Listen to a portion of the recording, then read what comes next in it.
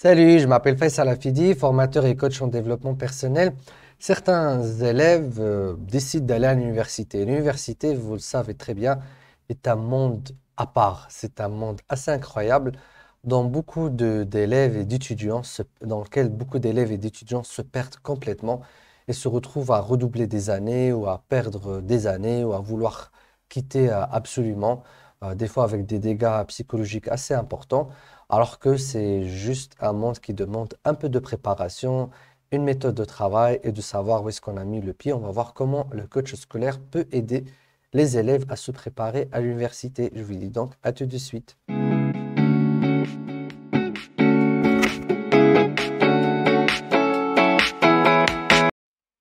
Bien, quand on décide d'aller continuer ses études après le bac, en général, il y a trois types d'institutions ou trois types d'écoles qui nous accueillent. Donc, il y a le premier type, c'est type école ou institution. Donc là, on est à des nombres restreints. Donc, c'est des écoles d'ingénieurs, des classes prépa, euh, des écoles d'informatique, en tout cas, des écoles de commerce.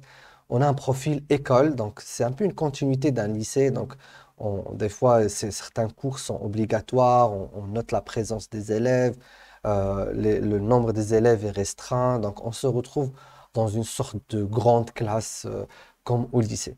Et puis, il y a des facultés dans lesquelles on va, mais c'est des facultés qui sont mi-universitaires, mi-école. C'est des facultés qui ont une tradition, une longue tradition, qui se consacrent à des métiers spécifiques. Alors, je parle de faculté de médecine, faculté dentaire, certaines, je ne sais pas si on peut qualifier les écoles d'architecture, donc ça, c'est des écoles d'architecture, donc des facultés d'agronomie. Donc là, on est dans une faculté, donc le nombre est beaucoup plus grand. Ça ressemble à une université, mais on n'a pas autant de liberté qu'on peut retrouver dans les autres types de facultés où on a vraiment un grand nombre. Donc là, pareil, les cours sont obligatoires, les TP surtout sont obligatoires. Donc tout le monde assiste à tous les cours. Donc il y a quand même un certain esprit d'école, mais avec une grande taille. Et puis nous avons les facultés traditionnelles, ce qu'on appelle les universités. Donc, c'est les facultés de sciences, biologie, physique, géologie, faculté des lettres modernes, donc littérature, géographie, histoire, sociologie, sciences politiques et ainsi de suite. Donc là, on a vraiment des facultés où on n'a plus l'idée de classe, mais c'est des amphithéâtres. Donc dans une classe, on peut compter des centaines et des centaines d'étudiants. Donc rien n'est obligatoire, ni les TD, ni les cours magistraux. Donc, dans certaines facultés, on a les TP qui sont obligatoires, mais peut-être que dans les années d'après, pour les premières années, non. Et du coup, je parlerai dans cette vidéo de cette troisième catégorie dans laquelle certains étudiants, donc nouveaux étudiants, des élèves qui deviennent des étudiants, sont complètement perdus. Parce que pareil, comme il y a deux systèmes, donc un système où on est plus ou moins encadré, donc dans les écoles on est très encadré, et le système universitaire ou faculté où on n'est pas du tout encadré.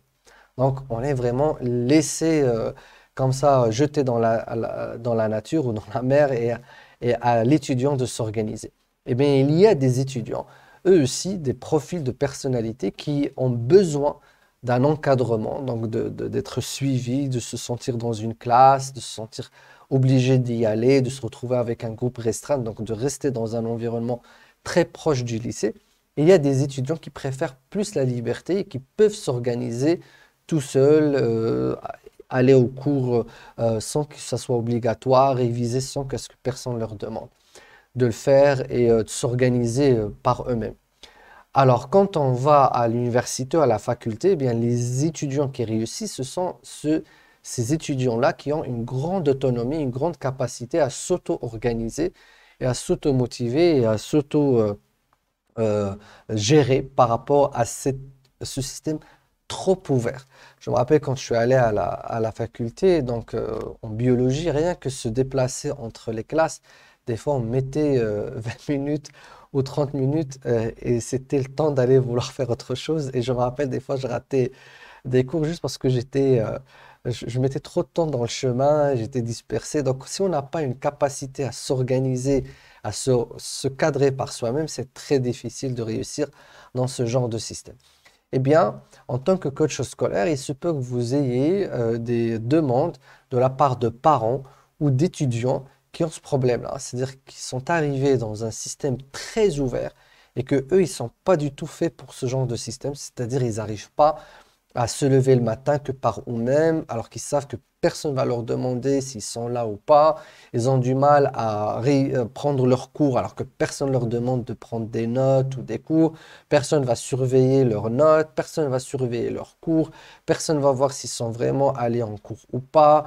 Personne ne va leur donner des devoirs, personne ne va leur demander des exercices, personne ne va leur demander un travail rendu. C'est la liberté totale, mais qui nécessite une auto-organisation totale.